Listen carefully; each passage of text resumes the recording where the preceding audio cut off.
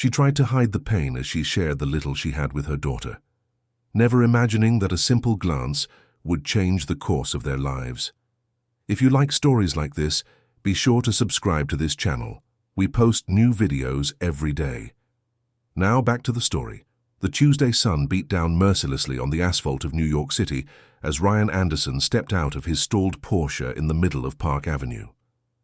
The engine had died at the most inconvenient moment possible, 15 minutes before a meeting that could define TechVision's expansion into the international market. At 35, he had built a tech empire based on absolute control. Every minute was calculated, every decision filtered through spreadsheets and risk analyses. Emotions were variables that had no place in his equation for success. With his impeccable blazer and perfectly knotted tie, Ryan walked briskly through streets he rarely ever truly saw. His eyes were glued to his phone screen, resolving crises, approving budgets, maintaining the frantic pace that had made him one of the most respected entrepreneurs in the country. The world around him was merely a backdrop for his unstoppable trajectory. It was then that a simple storefront interrupted his perfectly organized universe. Through the glass of a modest bakery in Greenwich Village, his eyes caught a scene that made him stop in his tracks. A young woman with brown hair pulled back in a messy bun was holding a baby while trying to calm a little girl of about 4. The child was pointing insistently at a chocolate cake in the display case, but the woman was shaking her head, no, her lips moving in soft words Ryan couldn't hear. Sarah Davis felt the familiar weight of humiliation rising in her chest. She had promised her daughters they would have breakfast together at the bakery after Sophia's doctor's appointment. The baby was only 8 months old. But there, standing at the counter, reality hit with brutal force. The $15 in her pocket would barely cover a latte and some buttered toast. The cake that had enchanted Isabella cost nearly half her weekly budget. "Please, Mommy, just a little piece," Isabella pleaded, her big, hopeful eyes fixed on the dessert. Sarah knelt down to her daughter's level, adjusting Sophia on her left arm. "Sweetheart, Mommy only brought enough money for a simple snack today. How about some warm toast with butter? You love that." Isabella saw something in her mother's voice that made her slowly lower her arm. At 4 years old, she already understood the weight of that word. No. Not because of a tantrum or punishment, but out of necessity. The little girl nodded with a maturity that broke Sarah's heart. "Okay, Mommy, I don't really want it anyway." Ryan watched the exchange through the glass, feeling something strange stir in his chest, something he had buried long ago along with memories of his own childhood. Without quite understanding what was driving him, he pushed open the bakery door and went inside. The chime of the bell made Sarah look up. She saw a tall man in a flawless suit with a confident posture approaching. Instinctively, she pulled Isabella closer and held Sophia tighter. In her experience, well-dressed men who approached her and her daughters rarely had good intentions. "Excuse me," Ryan said, his voice softer than usual. "I'm sorry to intrude, but I noticed you were picking out breakfast. Could I pay for whatever you'd like? No strings attached. I'd just like to help." Sarah stared at him with legitimate suspicion. "Why?" The direct question disarmed him. Why indeed? Ryan didn't have a logical answer. He just felt he had to do it. "Because I've been on the other side. Because sometimes a simple gesture can change someone's day. And because that little girl deserves the chocolate cake she was wishing for." Isabella hid behind her mother's leg, curious but cautious. Sophia whimpered softly, sensing the tension in Sarah's body. "I don't need charity," Sarah replied, pride and exhaustion mingling in her voice. "We can manage on our own." "It's not charity. It's breakfast between acquaintances." Ryan hesitated. "My name is Ryan. And you are?" Sarah studied his face for a long moment. There was something in his eyes that didn't seem fake or predatory, just tired, as if he too carried invisible burdens. "Sarah, these are Isabella and Sophia." "A pleasure, Sarah. May I invite you to sit down? I promise it's just breakfast, nothing more." 20 minutes later, they were sitting at a small table by the window. Isabella was eating her slice of cake, her eyes shining with happiness. Sarah was sipping a latte while Sophia slept peacefully in her arms, and Ryan was watching the scene, wondering when the last time was that he had sat at a table like this, with no agenda, no rush, just present. "Do you work around here?" Sarah asked, trying to ease the awkwardness of the situation. "I have a company downtown." "Tech," Ryan answered, avoiding details. "And you?" Sarah hesitated. "I do some freelance work, cleaning, elder care, some sewing, whatever comes up." "And their father?" The question slipped out before Ryan could stop himself. Sarah's face tightened slightly. "Sophia's father is my ex-husband. We split up when I found out I was pregnant. Isabella's... her father died in a motorcycle accident when she was 2. Ryan felt a pang in his chest. "I'm so sorry." "Don't be. Life goes on, and they are my strength." Sarah looked at her daughters with a fierce love. "I'd do anything for them." It was then that Ryan made a decision that would change everything. It wasn't rational, it wasn't part of his plan, but he felt he had to do it. "Sarah, can I make you a proposal?" She looked at him suspiciously again. "I need someone to take care of my home. I don't have time to manage staff, do the shopping, or organize the basic day-to-day things. It's a large apartment, but I live alone, so it's not heavy work. I'd pay a fair salary, and you could live there. The girls would have their own room, security, stability." Sarah nearly choked on her coffee. "What? I know it sounds strange coming from a stranger, but I need help, and you need stability. It would be a professional arrangement. You'd be my employee, not... It wouldn't be charity." "Why would you do this for someone you just met?" Ryan looked at Isabella, who had finished her cake and was drawing little hearts on a napkin with her finger. Then he looked at Sophia, sleeping peacefully in her mother's arms. Finally, his eyes met Sarah's. "Because I recognize a good mother when I see one. Because your daughters deserve security. And because, honestly, I need someone to turn that cold house into a home." Sarah was silent for several long minutes. The offer was too good to be true, but the desperation of her situation outweighed her suspicion. The rent on the small apartment where they lived was 3 months overdue. The money she earned barely covered food and medicine for Sophia, and Isabella needed to start school next year. What would the exact terms be? You'd handle the cleaning, organize the groceries, prepare some meals. Nothing more. You'd have a salary of $4,000 a month, plus a food allowance, health insurance for all 3 of you, and housing.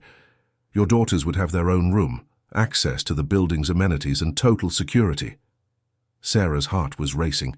It was too good to be true, but Isabella was looking at her with those hopeful eyes, and Sophia needed stability.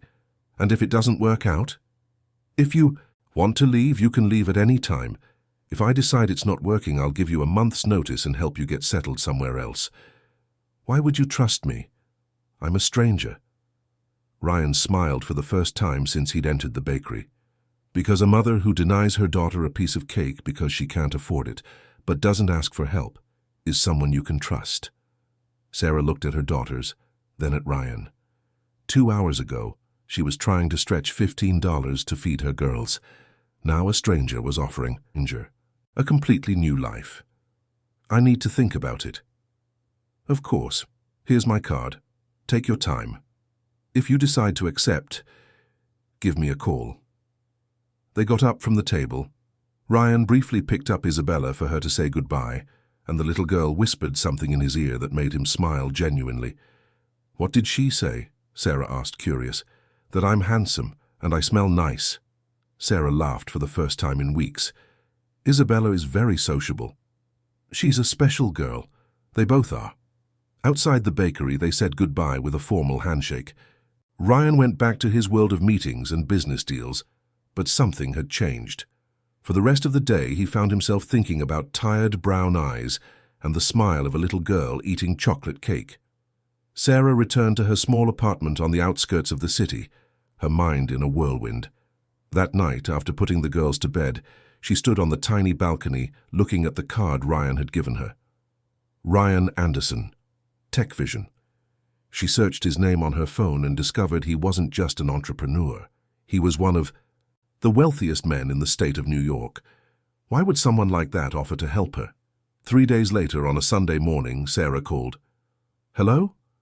Ryan, it's Sarah, from the bakery." "Sarah, I'm glad you called. I accept your offer, but I need to make one thing clear. I don't want favors or pity. If I'm going to work for you, it's as an employee, with rights and responsibilities like any other job. Is that okay?" "It is. When can you start?" "I can move in next week if that's possible." "Perfect. I'll send you the address." "Sarah?" "Yes?" "Thank you. I think this is going to be good for all of us." When she hung up the phone, Sarah felt a mix of relief and terror. She was about to completely change her life, to enter the world of a man she didn't know, bringing her 2 young daughters with her. It was either brave or completely insane, but for the first time in years, she felt a glimmer of hope. And Ryan, in his silent, impeccable apartment, looked around and tried to imagine what it would be like to have that space filled with children's laughter and the presence of a family. The idea both scared and intrigued him. In 1 week, their lives would intersect again, this time not by chance but by choice. And neither of them could imagine how much that decision would transform them. The move happened on a sunny Thursday in March.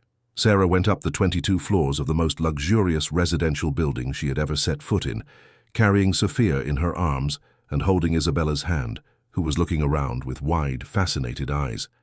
The 2 suitcases containing all their belongings seemed ridiculous next to the opulence of the place. Ryan's apartment took up the entire floor.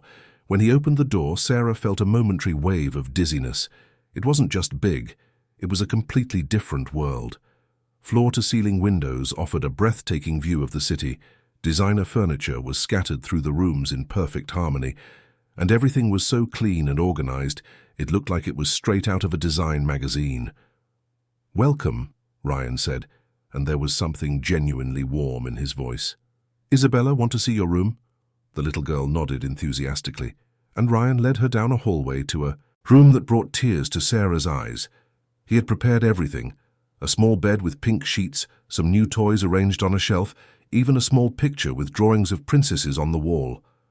"And that's where Sophia will sleep when she gets a little bigger," Ryan said, pointing to a crib set up next to Isabella's bed. "For now, I figured she's better off with you." Sarah couldn't speak. It was more than she had ever dreamed of providing for her daughters.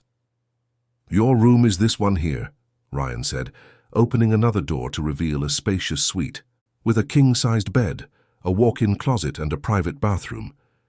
"Feel free to arrange things however you like." "Ryan, it's too much. You didn't have to." "Yes, I did. You're going to live here, and I want you to feel at home." He hesitated for a moment. "Sarah, can I say something? I know this situation is strange for you. It is for me, too. I've never shared my home with anyone. But let's just take it one step at a time, okay?" In the first few days, adjusting was harder than anyone had imagined. Ryan was used to absolute silence. He would wake up at 5 in the morning, drink his black coffee while reading reports, leave for the office, and return late at night to an apartment that greeted him exactly as he had left it. Suddenly, he was waking up to Sophia's crying, finding toys scattered around the living room, and hearing Isabella humming in the shower. Sarah, for her part, felt like an intruder. Every move was calculated not to disturb him, every household decision preceded by doubts about the limits of her role there. She obsessively cleaned everything she touched, spoke too, softly, and lived in a constant state of tension, feeling out of place in that world. "You don't have to walk on eggshells," Ryan said one morning, finding her in the kitchen at 6, silently preparing coffee. "This is your home too. It's your apartment. I'm your employee," Sarah replied, not looking at him. "Sarah, look at me." She lifted her eyes, and Ryan saw a mixture of gratitude and fear that made him rethink his words. "You're right. I'm sorry if that sounded patronizing. What I meant was the girls can play, you can watch TV in the living room, cook whatever you want. I don't want you to feel like prisoners in your own home. And Isabella has been asking why you don't have lunch with us." Ryan paused with his coffee cup halfway to his lips. "She asked that?" "She said Uncle Ryan must be very lonely, always eating by himself at the office." The word uncle had an unexpected impact on Ryan. When was the last time someone had referred to him with such familiar affection? Can I have lunch with you guys today?" Sarah's smile was the first genuine display of joy he had seen from her since she arrived. At the table, Ryan discovered a universe he had forgotten existed. Isabella told elaborate stories about her dolls, interspersed with direct and devastatingly honest questions. "Uncle Ryan, why don't you have a family? Why was your house so quiet? Are you sad when you're alone?" Sarah tried to curb her daughter's curiosity, but Ryan reassured her. "Let her ask. It's been a long time since anyone was interested in my life." Sophia, who was just starting to crawl, ventured into the corners of the apartment with the natural curiosity of a baby. Ryan found himself watching her clumsy little movements, feeling a tenderness he didn't recognize in himself. "She adores you," Sarah commented one evening after putting the girls to bed. They were in the kitchen, she finishing up the dinner dishes, he scrolling through emails on his tablet. "What do you mean?" "Sophia. She smiles every time she sees you. And Isabella. She's never adjusted to a new place so quickly." "They're easy to love," Ryan said, then realized the intensity of his own words. Sarah stopped what she was doing and looked at him. "Ryan, can I ask you something? Why have you never started a family? You have everything to what? Money." Ryan closed his tablet. "Sarah, money solves practical problems, but it doesn't teach you how to love or be loved. And I never really learned that." "What do you mean?" Ryan hesitated. It had been years since he'd spoken about his past with anyone. But something in Sarah's gentle voice, in the domestic atmosphere she had brought into his life, made him want to open up. "My parents died when I was 8. A car accident. I was raised by my grandparents. Good people, but very old. They gave me an education, opportunities, but affection was scarce. I learned early on that trusting in life was too risky, that loving meant suffering. So I built a life where I controlled everything." Sarah sat down at the table across from him. "And did it work?" "Until you all got here." Ryan smiled sadly. "Now I wake up every day afraid that this is all too temporary." "Ryan, I'm sorry. I shouldn't be telling you this. You're not my therapist. You're my employee." "I'm your friend," Sarah said softly. "At least I'd like to be." They looked at each other for a moment, charged with meanings neither of them was ready to name. The days passed in a routine that slowly became natural. Ryan started coming home earlier, claiming he could work remotely for a few hours. In truth, he couldn't bear to miss Sophia's bath time, the stories Isabella made up before bed, or the conversations with Sarah in the kitchen while she cooked dinner. Sarah, in turn, gradually relaxed. She began suggesting changes to the furniture layout to better accommodate the children. Cooking dishes she knew Ryan liked and watching movies in the living room after. The girls were asleep. She was no longer the tense employee from the first few days, but she didn't know exactly what she was becoming either. One Friday night, Ryan came home carrying grocery bags. "I thought we could make pizza," he announced. "Isabella mentioned she loves it and I've never made one from scratch." "You know how to make pizza?" Sarah asked, amused. "Nope, but I have YouTube and determination." The result was a delicious catastrophe. The dough stuck to Ryan's fingers. Isabella smeared sauce all over the counter, and Sophia crawled into the kitchen and managed to get covered in flour.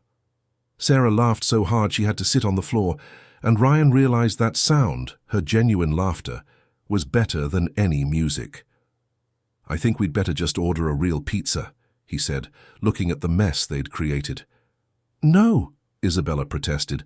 "Our pizza is good, it's just different." They ate the lopsided, slightly burnt pizza sitting on the living room floor because Isabella insisted it would be more fun that way. Sophia fell asleep in Ryan's lap after stuffing herself with flour, and Isabella told stories about her life before she met him. "You know, Uncle, Ryan, before we lived here, I always asked God to send a daddy for me and Sophia. But I think he sent you, and you're even better than a daddy." Ryan felt his eyes sting. "Why am I better than a daddy?" "Because you chose to take care of us. A daddy has to love his kids. You don't have to, but you do anyway. Sarah and Ryan looked at each other over the little girl's head, and they both realized they were entering dangerous territory. They were no longer strangers sharing a space. They were becoming something neither of them knew how to name. But it was the little things that truly changed everything. Ryan teaching Isabella to ride a bike in the building's courtyard. Sarah massaging his temples after a difficult day at work. The three of them watching cartoons on Sunday morning, with Sophia sleeping between them on the couch. Ryan realized he had started thinking of the apartment as our home instead of my home. Sarah realized she woke up looking forward to the moments when he would get home from work. Neither of them spoke about these changes, but they both felt them growing like silent plants. It was on a rainy Tuesday that the first crack appeared in their domestic bubble. Ryan came home later than usual, visibly tense. During dinner, he took 3 consecutive calls, speaking in a business tone the girls didn't recognize. "Sorry, but I'm going to have to work late," he said, getting up from the table. "Sarah, can you put the girls to bed? I'll be in my office." Isabella pouted. "But you were going to help me with my new puzzle." "Tomorrow, Princess. Uncle Ryan is busy tonight." After he left, Isabella turned to Sarah. "Mommy, is Uncle Ryan mad at us?" "No, sweetie, he's just working a lot." But Sarah had felt the shift too, the sudden distance, the formality that had returned to his voice. Something had happened in the outside world that was pulling them back to reality. Late that night, after the girls were asleep, Sarah went to Ryan's office with a cup of coffee. She knocked lightly on the half-open door. "Come in." Ryan was hunched over a pile of documents, his hair disheveled, his tie loosened. There was a vulnerability in his posture that made Sarah approach without hesitation. "Hot coffee?" "Thanks." He took the cup without looking up. "Sarah, I need to tell you something." His tone made her heart race. "What is it?" "It's possible that over the next few months, I'll have to travel more. The company is going through a complicated phase. Acquisitions, mergers. It's a lot of responsibility." "I understand." Sarah sat in the chair across from his desk. "Does this mean that this arrangement is going to change?" Ryan finally looked at her, and Sarah saw something that looked like fear in his eyes. "I don't know, I hope not, but I wanted to warn you that I might be more absent, more distant." "Because of work?" "Because of a lot of things." They were silent for a moment. Sarah knew there was more he wasn't saying, but she didn't feel she had the right to push. "Ryan, if you ever need to talk about anything, I'm here." "I know, and that's exactly the problem." The cryptic answer intrigued Sarah, but she just nodded and stood up to leave. "Sarah?" "Yes?" "Thank you for everything, for making this house a home." When she left, Ryan returned to his documents, but his mind was far from the numbers and reports. He was thinking about how quickly he had gotten used to the sound of children's laughter echoing through the halls, about how the opinion of a woman he'd known for only a few weeks had become far too important, about how he was dangerously close to not wanting to live without this unlikely family that had formed under his roof. And that terrified him more than any corporate crisis he had ever faced. In bed, Sarah couldn't sleep either. She felt that something was changing, that the fragile stability they had built was being threatened by forces she didn't understand. But for the first time, it wasn't just her financial security that worried her, it was the possibility of losing Ryan, and that scared her because it meant he had become so much more than just her employer. The transformation was gradual, almost imperceptible. Ryan started coming home with small gifts, a coloring book for Isabella, a colorful rattle for Sophia, wildflowers for Sarah that he bought from a vendor on the corner near his office. Sarah began leaving little notes with his morning coffee, wishing him a good day and reminding him to eat lunch. Small gestures that spoke of a growing intimacy neither of them knew how to define. The first time Ryan held Sarah's hand was on a Sunday afternoon in Central Park. Isabella was playing on the playground while Sophia slept in her stroller. Sarah was commenting on the other families around them when her voice trailed off mid-sentence. Ryan followed her gaze and saw what had silenced her, a young couple fighting violently near the swings, the man gesturing aggressively while the woman tried to shield a small child. Sarah stood up instinctively, but Ryan stopped her with a gentle touch on her arm. "Hey, it's not our fight." "But that child, the park security is already heading over. Stay here." Sarah let him pull her back down to the bench, but her body remained tense. Ryan noticed she was trembling slightly. "Sarah, what's wrong?" "Nothing. It's just situations like that make me nervous." Ryan studied her face for a moment. There was something she wasn't saying. "Your ex-husband, did he hit you?" Sarah closed her eyes for a second before answering. Not physically, but there were other ways to hurt. The anger Ryan felt was so intense it surprised him. Without thinking, he took her hand in his, lacing their fingers together. "No one is ever going to hurt you again, not you, not the girls." The touch lasted only a few seconds, but it changed something between them. Sarah felt a jolt of electricity run up her arm, and Ryan realized he never wanted to let go of that hand. That night, after the girls were asleep, they met again in the kitchen, a ritual that had become sacred for them both. Sarah was making chamomile tea while Ryan reviewed emails, but the tension between them was palpable. "Ryan, can I ask you something personal?" "You can. Have you ever been in love? For real?" Ryan paused his typing. The question was more complex than Sarah imagined. "Once, in college, I thought it was love, but now I realize it was more need. The need not to be alone." "What happened?" "She got to know my bank account before she got to know my heart.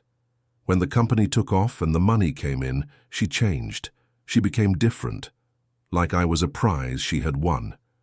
Sarah sat at the table with the two mugs. "And that hurt you?" "It taught me a valuable lesson. That people can be bought, that feelings can be faked, that it's better to be alone than in bad company." "Not everyone is like that." Ryan looked deep into her eyes. "I know. You taught me that." The moment was interrupted by Sophia crying in her room. Sarah got up to go to her, but Ryan stopped her. "I've got it. You're tired." He went to the girls' room, and Sarah followed silently, watching from the doorway. Ryan carefully picked up Sophia, rocking her gently and whispering soothing words. The baby calmed down almost, instantly relaxing against his chest. Sarah felt her heart clench. It wasn't just gratitude or friendly affection. It was something much deeper and more dangerous. She was falling in love with Ryan Anderson, and that complicated everything. The following week, the outside world began to intrude on their domestic bubble. First, it was Jessica, Ryan's assistant, who called during dinner to let him know that the next morning's meeting had been moved up. "Sorry, Jessica, but it's 8 o'clock at night. Can this wait until tomorrow?" Ryan said, while helping Isabella cut her chicken. On the other end of the line, Jessica sounded surprised. "Of course, Mr. Anderson. It's just that you usually take calls at any hour." "Well, I have office hours now.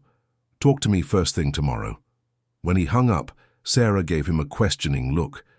"Do you always take work calls at all hours?" "Always, until a few weeks ago." Ryan smiled at Isabella, who was trying to balance peas on her fork. "Now, I have more important things to do, like teaching this little one how to eat dinner without starting a food fight, but the interruptions became more frequent. Urgent emails arrived on weekends. International clients called in the middle of the night. The company was negotiating a multi-million-dollar merger with an American multinational, and Ryan was the key player in the operation. "You've changed, man."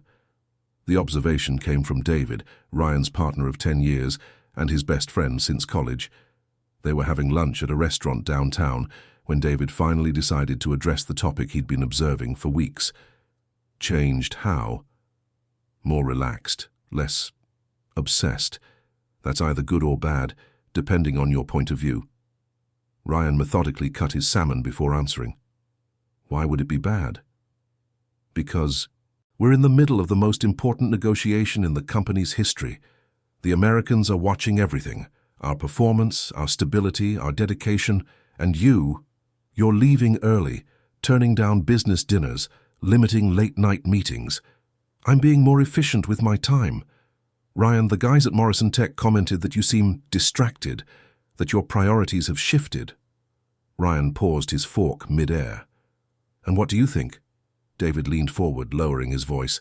I think there's a woman in your life, and that worries me. Why? Because you've never been the relationship type, and now, at the worst possible moment, you decide to get involved. Man, this merger is worth $500 million. If it falls through because of a distraction... A distraction? Ryan felt his irritation rising. David, this distraction has brought me more happiness in 2 months than I've had in 10 years. And what happens if she leaves you? If you find out she's just another gold digger, are you going to get back on track, or are you going to tank the company? The conversation ended on a tense note. Ryan went home with his partner's words echoing in his head. Was he really compromising? His work? Was Sarah different? Or was he just being naive again? That evening he found Sarah in the living room helping Isabella with a drawing while Sophia played on the rug. The domestic scene that once soothed him now made him uneasy. How was your day? Sarah asked, noticing his worried expression. Complicated. Sarah, can I talk to you after the girls are asleep? The serious tone made Sarah's heart race. Of course. An hour later, they were on the apartment balcony, the illuminated city stretching endlessly below them. Ryan was drinking a whiskey, Sarah was holding a cup of tea, and the silence between them was heavy. The company is going through a critical phase, Ryan began. For the next few months, I'm going to have to dedicate myself completely to work. Constant travel, late meetings, busy weekends. I understand. Sarah, maybe it would be better if you and the girls stayed at the apartment for a while I handle this. Sarah felt as if she'd been punched in the stomach. Are you sending us away? No, that's not it. It's just, maybe it's better if I don't get so used to you. Why? Ryan hesitated. How could he explain that he was afraid of falling in love? That every day he spent with them made him more vulnerable? That the possibility of losing this makeshift family terrified him more than any corporate bankruptcy? Because this isn't sustainable, Sarah. You deserve someone who can give you and the girls his full attention. I'm married to my job. Since when do you get to decide what I deserve? Sarah stood up, her voice trembling with anger and hurt. Ryan, what is going on? Yesterday you were planning to take Isabella to the zoo on Saturday. Today you're sending me away. I'm not sending you away, I'm being realistic. You're being a coward. The words slipped out before Sarah could stop them. You're scared. Scared of what? Of letting yourself be happy, of building something real with us. Ryan stood up too, and they faced each other on the balcony. The tension between them was palpable, charged with everything they hadn't said, with all the almost kisses, with all the late nights each had spent thinking about the other. Sarah, you don't understand. My world is complicated. I have enemies, competitors, people who would do anything to destroy me. If they find out you're important to me, if they find out what? That you have a heart.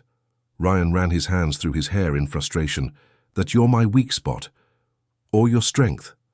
They stared at each other intensely. Ryan took a step toward her, and Sarah didn't back away. For a moment it seemed they would finally give in to the attraction that had been growing between them for weeks.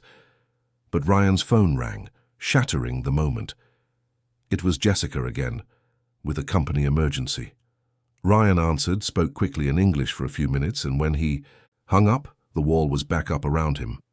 I have to handle something urgent at the office, he said, avoiding Sarah's eyes. Now, it's almost 11 at night. Business doesn't stop, Sarah. That's what I'm trying to explain to you. He went inside, grabbed his keys, and left without saying goodbye. Sarah stood alone on the balcony, feeling tears of frustration burn her eyes.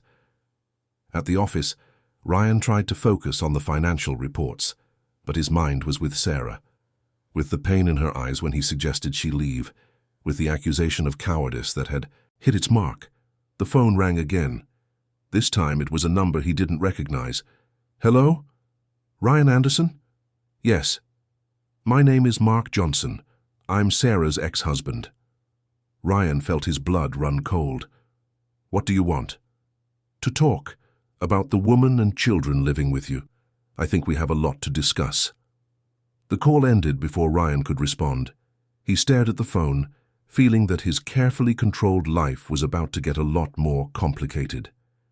Back at the apartment, Sarah put the girls to bed and lay down, wondering if she had made a mistake by accepting Ryan's offer. The financial security was undeniable, but the emotional price was becoming too high. Isabella appeared at her bedroom door, clutching her favorite doll. "Mommy, why did Uncle Ryan leave without saying goodnight?" Sarah opened her arms to welcome her daughter into the bed. "He had to work, sweetie." "Is he coming back?" The simple question carried the fear that Sarah also felt. "Of course he is. This is his home." "But it's our home too, right, Mommy?" Sarah kissed her daughter's hair, not knowing what to say. Why did everything that seemed too good to be true always end up getting so complicated? When Ryan returned home at 2 in the morning, he found the apartment silent. But there was a note in the kitchen. "I saved your dinner in the fridge. Just heat it for 2 minutes in the microwave. Sarah." He ate alone in the silent kitchen, looking at the table where just hours before he had shared laughs with Isabella and watched Sophia try to eat mashed bananas with her own hands. Mark's call had left him unsettled. What did the man want? How had he gotten his number, and why? Had the mere mention of his name made Ryan feel an urgent need to protect Sarah and the girls? Lying in bed, he stared at the ceiling, trying to make a decision. His life had been simple before they arrived, predictable, controlled, safe. But it had also been empty. And now, with the threat of losing everything he had built with them, Ryan realized that some things were worth any risk, including the risk of loving again. The meeting took place on a rainy Friday in the lobby of a 5-star hotel in downtown Manhattan. Mark Johnson was exactly as Sarah had described him in her few mentions, tall, dark-haired, with a smile that could have been charming if it didn't carry an undercurrent of malice. He wore a suit that tried to look expensive, but Ryan, accustomed to true luxury, recognized a knockoff. "So, you're the famous millionaire who's shacking up with my ex-wife," Mark said, without even a greeting. Ryan remained standing, refusing to sit. "What do you want?" "Relax, man. Sit down. Let's talk like civilized men." "I'd rather stand, and if you have something to say, say it." Mark laughed, but the sound was humorless.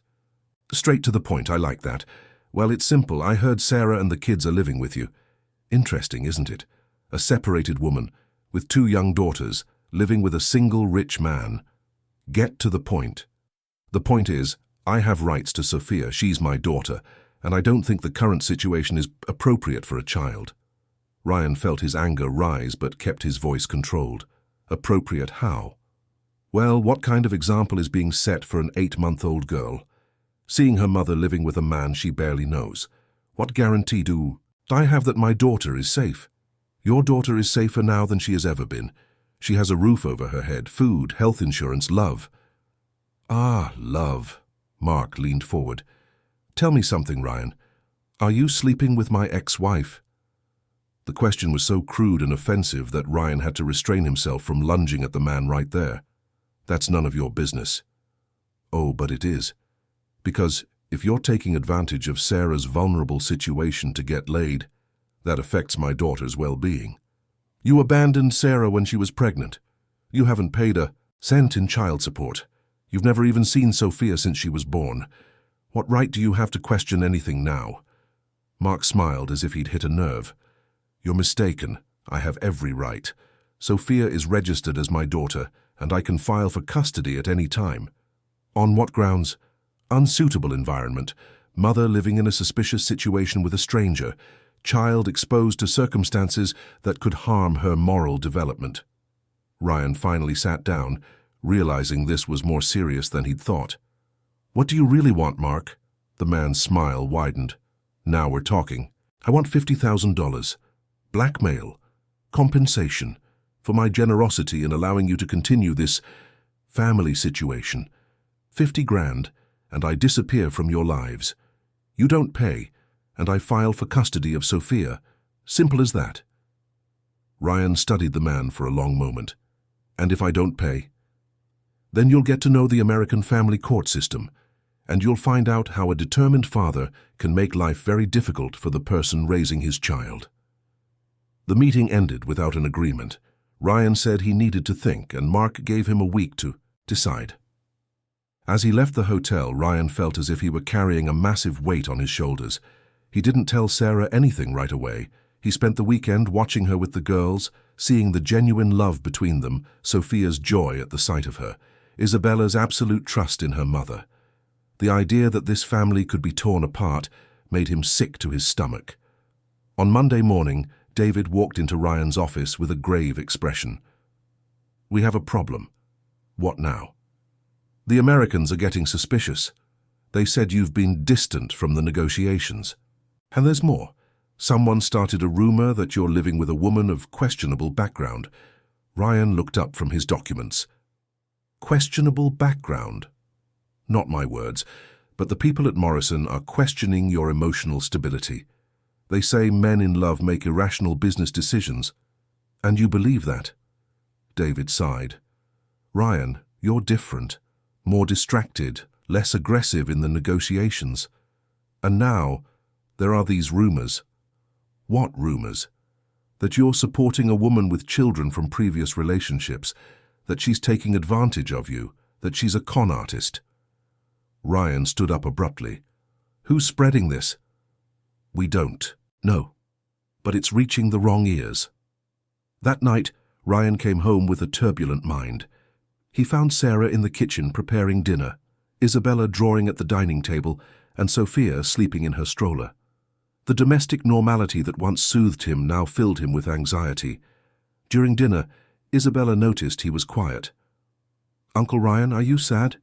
"No, Princess, just tired. My mommy always says that when you're worried, it's better to talk about what's hurting." Ryan looked at Sarah, who was cutting Isabella's food without looking up. "Your mummy is very wise." After the girls were asleep, Sarah finally asked, "What's going on, Ryan? You've been acting strange for days." Ryan knew he had to tell her about Mark, but the words wouldn't come. Instead, he talked about the pressure at work, about the Americans, about how his personal life was being questioned. "Do they know about us?" Sarah asked. "They know you live here, and they don't like it." "And what did you say?" Ryan hesitated. "I said it was none of their business." But Sarah caught the hesitation. "Ryan, are you thinking about sending us away again?" "Sarah, you are. I can see it. In your eyes." She got up from the table and started pacing the kitchen. "Ever since that conversation on the balcony, you've been pulling away, coming home later, talking less, avoiding touching us." "That's not it." "Then explain to me what it is." Ryan ran his hands through his hair, frustrated. "It's complicated. Everything in life is complicated, Ryan. The question is whether it's worth fighting for, or if it's easier to give up." The accusation hit home. Ryan looked at Sarah, her loose hair falling over her shoulders, her eyes shining with unshed tears, her defiant posture even in her vulnerability, and felt his chest tighten. "Sarah, if I could, I would stay with you forever."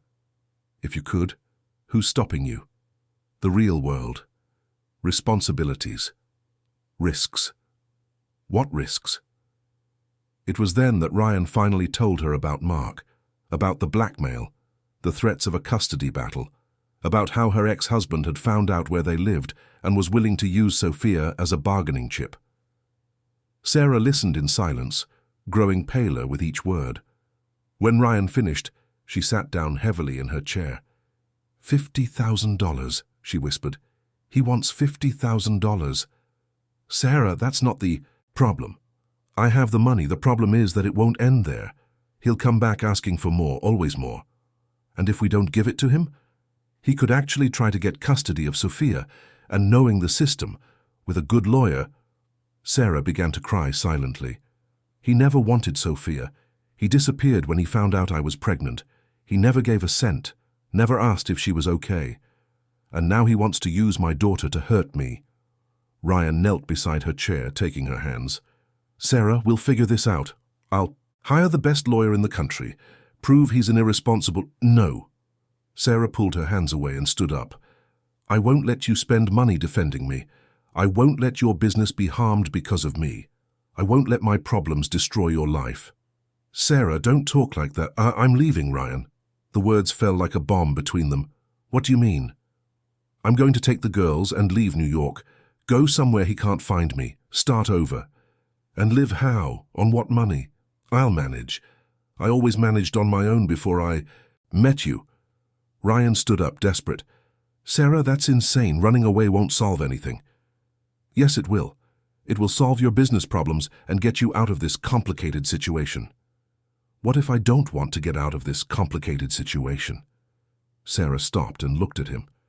Ryan, you said it yourself that this isn't sustainable, that you're married to your job, that your world is dangerous for us. I was scared. And you were right to be. Look what's happening. She gestured vaguely. Blackmail, threats, your partner's questioning your decisions. Everything you predicted is coming true.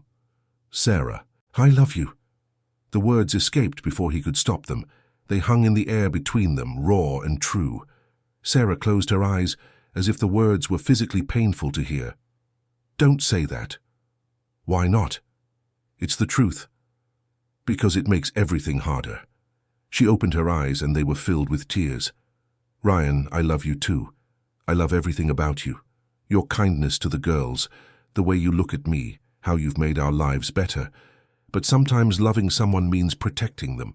Protecting me from what? From having to choose between your company and us. Because I know what your choice would be, and it wouldn't be fair to force you to make it. Ryan took a step toward her. Sarah, don't leave me. I have to. It's better for everyone. For everyone but me. For everyone but Isabella, who asks why Uncle Ryan doesn't have lunch with you anymore. For everyone but Sophia, who smiles every time she sees me. Sarah sobbed. Stop talking like that. Sarah, look at me. She lifted her eyes, and Ryan saw all the love she felt for him, all the desperation of having to give up the happiness they had found together. If you leave, I'll come after you. I don't care where you go, I'll find you. Ryan, because you are my family, the only one I want, and families fight for each other. But even as he said it, Ryan knew Sarah had made up her mind. He saw it in her posture, in the painful resignation in her eyes. She had chosen to protect him, even if it meant destroying herself. The next morning, Ryan woke up to a silent apartment. A different kind of silence, one that made him jump. Out of bed and run to the girls' room. It was empty. In the kitchen, he found a note on the table. Ryan, thank you for everything you've done for us. These past few weeks have been the happiest of my life and the girls' lives. Isabella will always remember the handsome man who taught her how to ride a bike. Sophia will grow up knowing there are good men in the world because of you. Don't try to find us. It's better this way. With all my love, Sarah P.S. The keys are in the drawer. I took care of everything just how you like it before I left. Ryan crumpled the paper in his fist, feeling as if he'd been punched in the gut. He ran to the garage, got in his car, and drove through the streets of New York, searching for them, even though he knew it was useless. Sarah was too smart to leave a trail. 3 days later, David found Ryan in his office, drunk, surrounded by company papers scattered on the floor. Man, you need to pull yourself together. The meeting with the Americans is tomorrow. Cancel it. I can't cancel it. This is 15 years of work. Ryan looked at his partner with bloodshot eyes. David, I made the biggest mistake of my life. Letting her go? Letting her think she had to choose for me. David sat in the armchair across from the desk. Ryan, maybe it's for the best. You get your focus back. The company isn't at risk. To hell with the company. Ryan stood up, stumbling. David, for the first time in my life, I was happy, completely, totally happy, and I let fear destroy it. Ryan, I'm going after them. And the merger? Ryan looked at his partner as if seeing him for the first time. The merger will still be there whether I'm here or not, but Sarah and the girls, they won't wait forever. It was time to choose between the man he had always been and the man he wanted to be. And for the first time in his life, Ryan Anderson knew exactly which choice to make. The rain beat down hard on the car's windshield when Ryan finally found her. 2 weeks of relentless searching, hiring private investigators, combing through records of cheap motels, calling every number Sarah might know. Finally, an investigator tracked her to a small inn in a quiet town on the Jersey Shore. Ryan drove through the night, his heart pounding harder the closer he got. The inn was simple, modest, exactly the kind of place Sarah would feel safe and go unnoticed. It was almost 6 in the morning when he parked in front. The owner, a middle-aged woman, initially refused to give out information about her guests. But when Ryan explained the situation, omitting the compromising details, but making it clear he was looking for the woman he loved and her daughters, the woman took pity on him. "Room 8, but they leave early for the beach. The older girl loves to play in the sand." Ryan thanked her and decided to wait on the beach. He sat on a bench near the water, watching the morning movements of fishermen and early beachgoers. The rising sun painted the sky in shades of orange, and for the first time in 2 weeks he allowed himself to feel a glimmer of hope. And then he saw them. Sarah was walking along the sand with Sophia in her arms, and Isabella running ahead, collecting shells in a small beach pail. Even from a distance, Ryan could see she was thinner with dark circles under her eyes.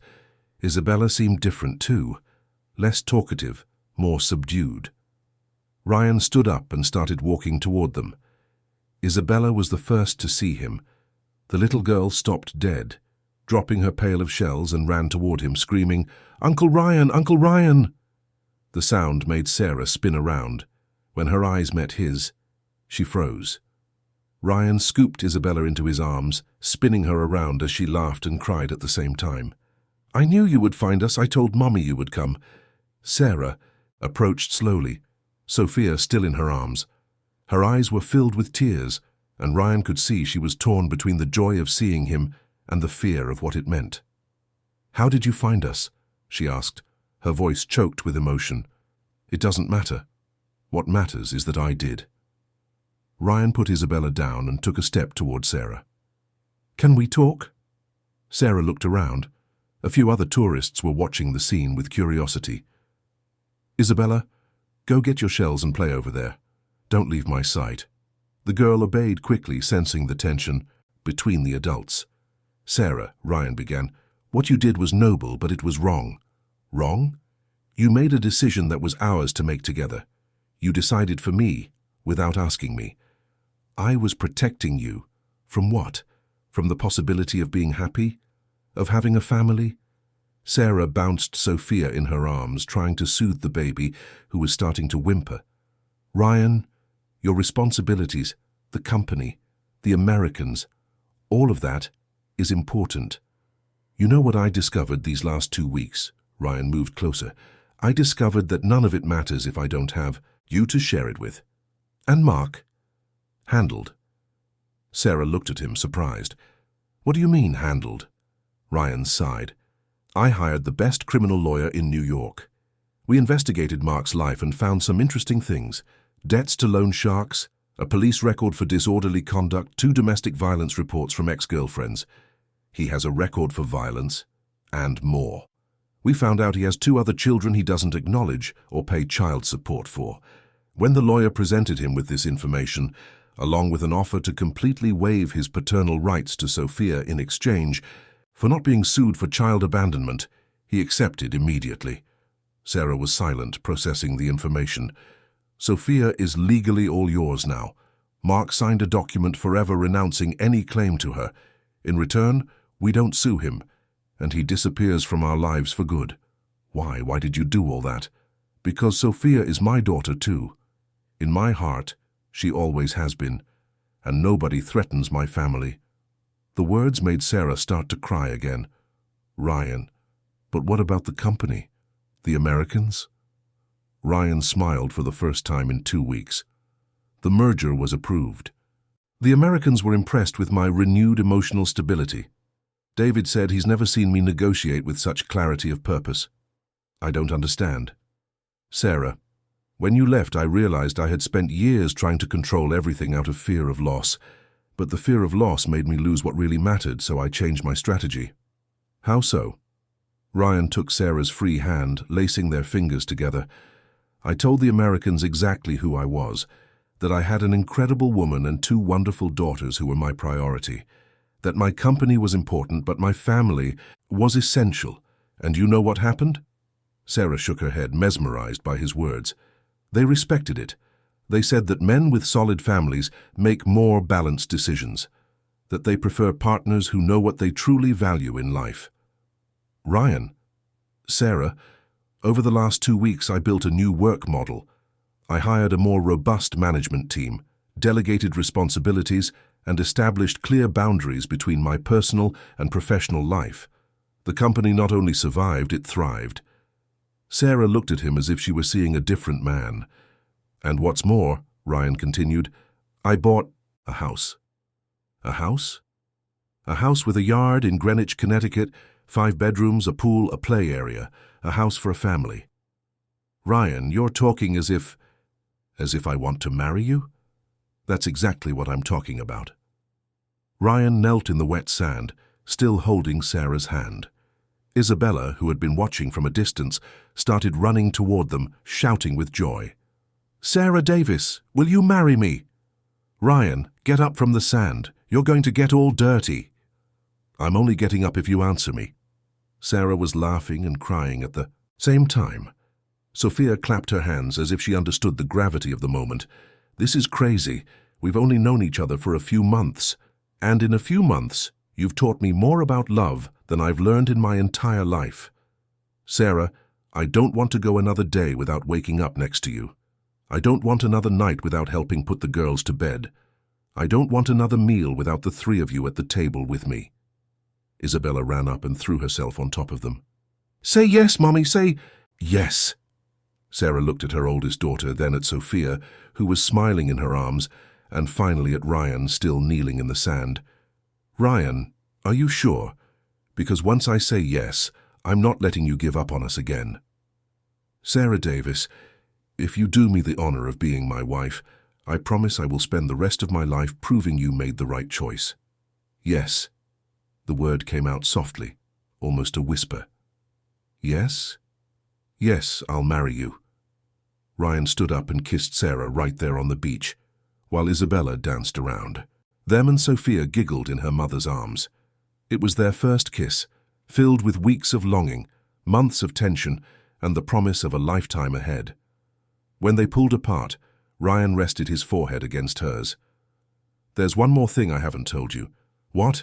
I love you, Sarah, madly, completely, forever. I love you too, so much it hurt to be away. Never again. I promise we will never be apart again. They returned to New York that same day. The new house was ready, furnished and decorated. Ryan had thought of every detail, a princess room for Isabella, a perfect nursery for Sophia, a spacious master suite for them, and a playroom that made Isabella's eyes sparkle with delight. Is this our real house? Isabella asked, twirling around the living room. Our forever home, Ryan confirmed. The wedding took place 2 months later, an intimate ceremony in the garden of their new house. Few guests, but a lot of love. David was the best man, though he was still getting used to the new version of Ryan. Isabella was the proudest flower girl in the world, and Sophia, at 10 months old, tried to crawl after her sister throughout the ceremony. On their wedding night, after the girls were asleep, Ryan and Sarah finally gave themselves to each other completely. It wasn't just physical desire that consumed them, but the need to connect on every possible level. They made love with the tenderness of those who have waited for months, with the passion of those who almost lost everything, and with the certainty of those who have a whole life ahead. I can't believe this is real, Sarah whispered, lying on Ryan's chest afterward. It's real, and it's forever. Ryan? Thank you for not giving up. On us. Sarah, I love you so much I would have crossed the entire world to find you. Always. A year later, Ryan officially adopted Isabella and Sophia. The process was quick and uncomplicated, especially after Mark had waived his rights to Sophia. On the day of the hearing, Isabella held Ryan's hand proudly and asked the judge, "Is Uncle Ryan going to be my real daddy now?" "He was always your real daddy, sweetheart," the judge replied with a smile. This just makes it official. Sophia took her first steps in the backyard, toddling between Sarah's and Ryan's arms. Isabella shouted instructions to her little sister, like a miniature soccer coach. Ryan recorded it all, realizing that these simple moments were more valuable than any business achievement. Tech Vision thrived under the new management model. Ryan discovered that being a present husband and father hadn't hurt his leadership abilities. On the contrary, it had made his decisions wiser and more balanced. The company expanded to 5 countries, but he never again missed a family dinner or one of Isabella's school plays. Sarah went back to school, taking an online business administration course. Ryan insisted on paying, but she made it clear it was a loan she would repay when she graduated and started working in Tech Vision's administrative department. "I won't have my wife be my dependent," she said firmly. "We're partners in everything." And they were, in every decision, every joy, every challenge. Ryan learned that true love wasn't about losing independence. It was about choosing to build something together that was greater than the sum of its parts. On a Sunday afternoon, 2 years after their wedding, Ryan watched from the patio as his family played in the yard. Sarah was 6 months pregnant with their first child together. Isabella, now 6, was pushing Sophia on the swing while telling elaborate stories about brave princesses. Sophia, almost 3, laughed loudly at her sister's imaginary adventures. David arrived for the Sunday lunch that had become a tradition. "Man, are you sure you weren't the one who needed saving?" he joked, watching the scene. Ryan smiled. "I'm sure we saved each other." "So what now? Another baby on the way. You going to be able to handle it all?" Ryan looked at Sarah, who was making funny faces at Sophia, her hair shining in the sun, her round belly promising another life to love. "David, I used to think love meant a loss of control, that it was dangerous, risky, that it could destroy me. And you changed your mind? I discovered that love is the only thing that truly builds us. That family isn't a distraction from life. It's the reason for living." Isabella ran toward them. "Daddy, come play with us. Mommy said you and Uncle David can be the dragons we have to defeat." Ryan stood up, straightening his dress shirt. "Dragons, huh? I think I can handle that role." David laughed. "I never thought I'd see the day Ryan Anderson agreed to be defeated by a 6-year-old girl." "It's not a defeat," Ryan replied, walking down the steps toward the yard. "It's a victory, the greatest victory of my life." That night, after the girls were asleep, Ryan and Sarah sat on the porch, she leaning back against him, his hands protectively on her belly. "What are you thinking about?" she asked. "About what my life was like before I found you. How empty it was, even with all the success. And now? Now I wake up grateful every single day. Grateful that I walked into that bakery, grateful that you accepted my crazy offer, grateful that I had the courage to come after you when you ran." Sarah turned in his arms to look him in the eyes. "Ryan, you gave me so much more than a house and security. You gave me the chance to be loved completely. You taught me that I deserve to be happy. And you taught me that love isn't a weakness. It's the greatest strength there is." They kissed slowly, unhurriedly, savoring the moment. The baby moved in Sarah's belly, reminding them that their family would keep growing. "What are we going to name him?" Ryan asked, stroking his wife's stomach. "If it's a boy, Peter. If it's a girl, Claire." "Why?" "Peter means rock, solid, like what you brought to our lives. Claire means light, clarity, like what you all brought to mine." Ryan smiled, kissing Sarah's neck. "Any name will be perfect, because it will be ours." 3 months later, Peter was born on a rainy March morning, exactly 1 year to the day Ryan had found Sarah on the beach. Isabella held Sophia's hand as they met their little brother, both fascinated by the tiny baby. "He looks just like Daddy," Isabella declared with authority. "Look at his nose." Sophia tried to touch the baby's face with curious fingers. "My brother," she said proudly. Sarah watched Ryan holding Peter, and her heart filled with a gratitude so intense it almost hurt. Who would have thought that a chance encounter in a bakery would lead to this? A complete family, a true love, a life full of meaning. "Thank you," she whispered. For what? Ryan asked, his eyes never leaving his son. For letting me love you, for insisting on us, for changing my world. Ryan looked at her, then at Isabella and Sophia admiring their brother, and finally at Peter sleeping in his arms. Sarah, I'm the one who should be thanking you, because you didn't just change my world, you gave me one. A world worth living in, worth fighting for, worth waking up to every day. Isabella came closer and whispered in his ear, Daddy, is our family complete now? Ryan looked around, at his wife recovering from childbirth with a radiant smile, at his 3 children who loved him unconditionally, at the home full of laughter and life they had built together. It's complete, Princess, perfectly complete.